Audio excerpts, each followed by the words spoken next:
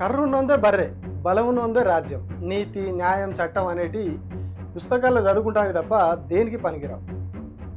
బలాన్ని ఉపయోగించి బరిదెగించి ప్రజాస్వామిక దేశంగా ఉన్నటువంటి భారత్ను నియంత పాలన వైపు ఎంత వేగంగా తీసుకుపోతున్నారు, ఎట్లా తీసుకుపోతున్నారో ఈ వీడియోలో మాట్లాడుతాం.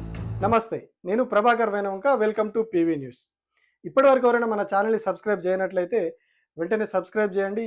రెగ్యులర్ అప్డేట్స్ కోసం బెల్ ఐకాన్ని ప్రెస్ చేయండి.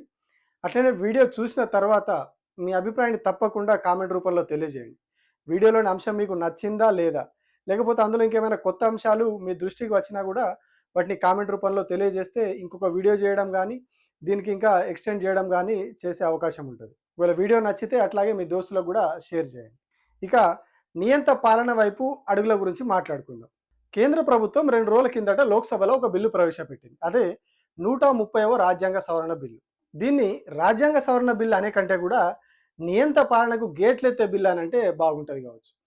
ఒకవైపు జమిలీ ఎన్నికలు, మరోవైపు 130వ రాజ్యాంగ సవరణ. ఈ రెండింటిని పక్క పక్కన పెట్టి పరిశీలిస్తే నియంత పాలనకు మనం ఎంత దగ్గర ఉన్నామో క్లియర్గా అర్థమవుతుంది. మరి అంతలా ఈ బిల్లులో ఏముంది అంటే, ప్రధానమంత్రి, కేంద్ర మంత్రులు, ముఖ్యమంత్రి, రాష్ట్ర మంత్రులు ఎవరైనా సరే పదవిలో ఉన్నప్పుడు ఏదైనా కేసులు అరెస్ట్ అయ్యి 30 రోజులు, కేవలం 30 రోజులు జైల్లో ఉంటే వాళ్ళ పదవి ఆటోమేటిక్గా పోతుంది. 5 ఏళ్లకు మించిన నేరాలు అంటే 5 ఇయర్స్, ఒకవేళ నేరం రుజువు అయితే 5 ఏళ్ళు శిక్ష పడే కేసులు ఉంటే వాళ్ళు ఆ సెక్షన్లతోటి అరెస్ట్ అయ్యి 30 రోజులు జైల్లో ఉంటే చాలు, ఖేల్ ఖతం దుకాణం బద్. खत्म, bye bye, ta-ta, goodbye, गया. ఇది నియంత పాలన ఎందుకు అవుతుంది? అవినీతి చేసే నాయకులకు షాక్ ఇచ్చే అద్భుతమైన బిల్ అని అనిపిస్తుంది కదా, కానీ కాదు. దీని గురించి ఇంకాస్త మాట్లాడుకుందాం, అప్పుడు మీకు క్లియర్గా అర్థమవుతుంది. ఇప్పటి వరకు ఉన్న చట్టాల ప్రకారం ప్రజాప్రతినిధులపై నేరం రుజువైన తర్వాత వాళ్ళు పదవి కోల్పోతారు. ఒక పార్టీలో గెలిచి మరో పార్టీలో చేరినా కూడా పదవి కోల్పోవాలి. కానీ ఆకాశంలో చుక్కల కంటే దాని నుంచి తప్పించుకోవడానికి చట్టంలో బొక్కలే ఎక్కువ ఉన్నాయి. తెలంగాణలో బీఆర్ఎస్ నుంచి కాంగ్రెస్లో ఏరిన ఎమ్మెల్యేల విషయంలో నడుస్తున్న సినిమా మనందరం చూస్తూనే ఉన్నాం. సుప్రీంకోర్టు చెప్పినా కూడా ఇప్పటి వరకు స్పీకర్ వాళ్ళకు నోటీసులు ఇవ్వలేదు. ఇక ఇప్పుడు చేయాలని చూస్తున్న రాజ్యాంగ సవరణతోని తప్పు చేసినా చేయకపోయినా కేవలం ఆరోపణలు వచ్చి అరెస్ట్ అయితే చాలు, 30 రోజులు జైల్లో ఉంటే చాలు. ఆరోపించినటువంటి ఆ నేరం ఏదైతే ఉంటుందో, మోపిన నేరం ఏదైతే ఉంటుందో అది రుజువు కావాల్సిన పని కూడా లేదు. 30 రోజులు జస్ట్ జైల్లో ఉంటే 31వ రోజు పదవి పోతుంది. ముఖ్యమంత్రి అయినా, ప్రధానమంత్రి అయినా, కేంద్ర మంత్రి అయినా, రాష్ట్ర మంత్రి అయినా. నేరం రుజువు కాకపోతే తిరిగి పదవిలోకి తీసుకుంటారా అంటే అది గవర్నర్ దయాదాక్షిణ్యాల మీద ఆధారపడి ఉంటుంది.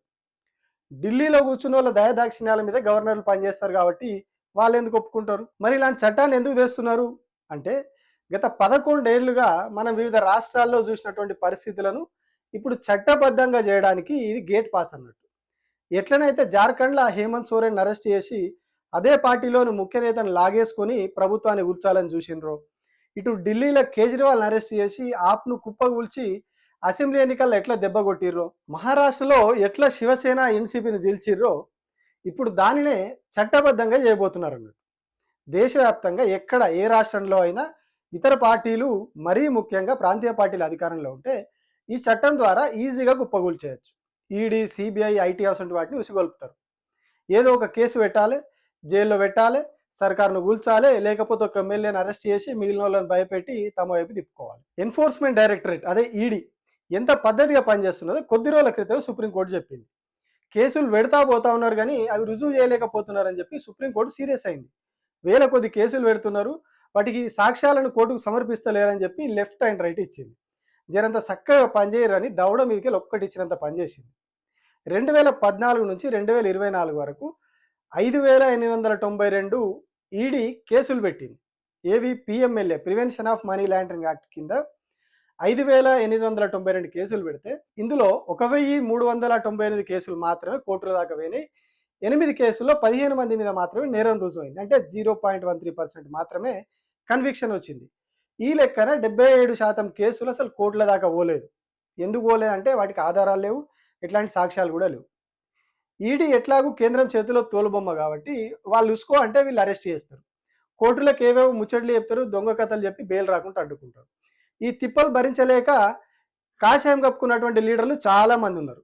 ఇప్పుడు బీజేపీలో ఉండి అస్సాం ముఖ్యమంత్రిగా ఉన్నటువంటి హిమంత విశ్వ శర్మ నుంచి ఏపీకి సంబంధించినటువంటి సీఎం రమేష్ దాకా కాషాయ వాషింగ్ మిషన్లకు పోయి కేసులను కడుక్కున్న వాళ్ళు వందలాది మంది ఉన్నారు. ఇక బెయిల్ రాకుండా అడ్డుకోవడం ఎంత ఈజీనో ఈ మధ్యనే సుప్రీంకోర్టు చీఫ్ జస్టిస్ గవాయ్ చెప్పారు, ఢిల్లీ లిక్కర్ పాలసీ కేసులో అరెస్ట్ అయిన వాళ్ళను అన్ని రోజులు జైల్లో ఉంచాల్సిన అవసరం లేకున్నా జైల్లో పెట్టి బెయిల్ రాకుండా చూసిర్రు అని చెప్పి ఆయననే చెప్పారు. నేను వచ్చిన తర్వాత వాళ్ళకి బెయిల్ ఇచ్చిన అని కూడా ఆయన కామెంట్ చేశారు. అంటే దురుద్దేశంతో కేసులు పెట్టుడు, బెయిల్ రాకుండా నెలల కొద్ది జైల్లో ఉంచుడు, ఇవన్నీ కేంద్రంలో ఉన్న వాళ్ళకు చాలా సులువు. ఎందుకంటే ఈడీ, ఐటీ, సిబిఐ ఇవన్నీ వాళ్ళ చేతిలో ఉంటాయి. మరి దీనికి రాష్ట్రపతి, గవర్నర్లు ఎట్లా ఒప్పుకుంటారని మీకు ఇంకో డౌట్ కూడా రావచ్చు. వాస్తవం కాస్త చేదుగా ఉన్న గవర్నర్ల వ్యవస్థ రబ్బర్ స్టాంప్ కంటే దారుణంగా మారింది అనేది పచ్చి నిజం.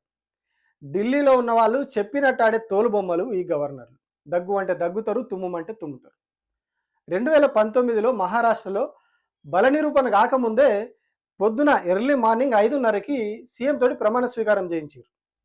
ఫడ్నవీస్ తోని ప్రమాణ స్వీకారం చేయించలేదా, అది మనం చూడలేదా? 2018లో కర్ణాటకలో బల నిరూపణ కోసం బీజేపీకి 15 రోజుల టైం ఇచ్చారు. మామూలుగా అయితే 1-2 రోజులు 4 రోజులు ఇస్తారు, కానీ అక్కడ 15 రోజులు టైం ఇచ్చారు.